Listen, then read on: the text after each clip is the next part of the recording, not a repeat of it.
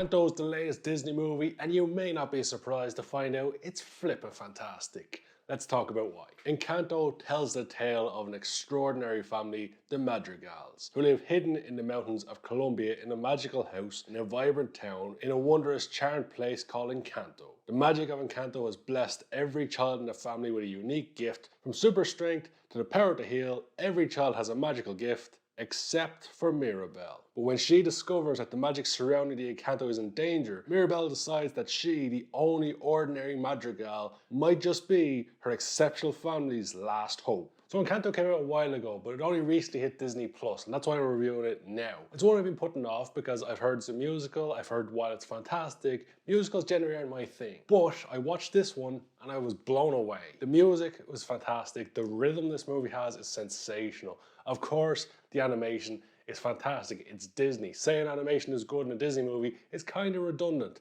but it all comes down to the story.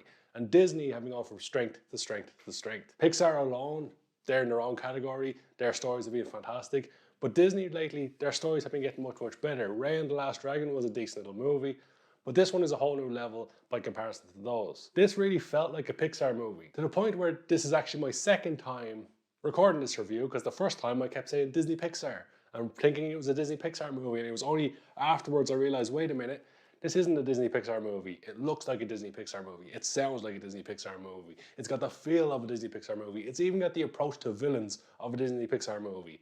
And yet it's not. It's just a standalone Disney movie. It's possibly Disney's best standalone movie of the last 10, 15 years. The story is fantastic. Now at the beginning, my interest in the story was waning a little bit. While the start is fantastic and loud and musical and fast paced, it still took me a moment to get into the story, to get grabbed by it. But by the end of the movie, I had a tear in my eye, I was welling up, and it was just a phenomenally told story by the end of the movie. Disney, like with a lot of Pixar movies lately, are going for more grown-up, deeper themes. The story is focused on the black sheep of the family who doesn't feel she lives up to her family's expectations, who feels she's letting her family down, feels the pressure of expectation from her own family. Despite none of them really putting too much pressure on her, it's her own thoughts that she's not as good as everyone else. It's not until she talks to her sister, who's this beautiful girl who gets everything that she wants, her power is that she makes everything beautiful and does stuff with flowers, that she realizes that her sister's life isn't everything it's made up to be, and she also isn't quite living the life that she wants to. She's living the life she thinks she should, which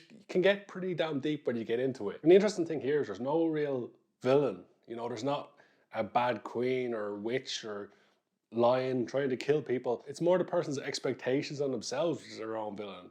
The person is their own villain. You could claim Bruno was kind of made out to be a villain at the start, but Bruno clearly wasn't the villain. And that's the other thing with this movie. Clearly there's someone in Disney that people in Disney don't like called Bruno, because in recent Disney movies, Bruno's been getting a bashing. Luca, it's simple. Don't listen to stupid Bruno. We don't talk about Bruno, no, no, no. We don't talk about Bruno. So Bruno, whatever you did to piss people off, you know, try fix that, because they clearly don't like you. Although one of them was a Pixar movie and one was a Disney movie, I'm sure it was just coincidence. Bruno must be a good name for rhyming stuff. But all in all, Encanto is one of the best movies of 2021, and I kind of regret not seeing it earlier or even going to cinema to see it, but you know, restrictions have caused issues there and I had to wait for it to be on Disney Plus. But if you haven't seen Encanto and you've got reservations about it, I'd say throw them to the side, go watch the movie, it's truly fantastic. So when it comes down to a rating for Encanto out of 10, it simply can't get anything less than an 8 out of 10. A truly sensational movie.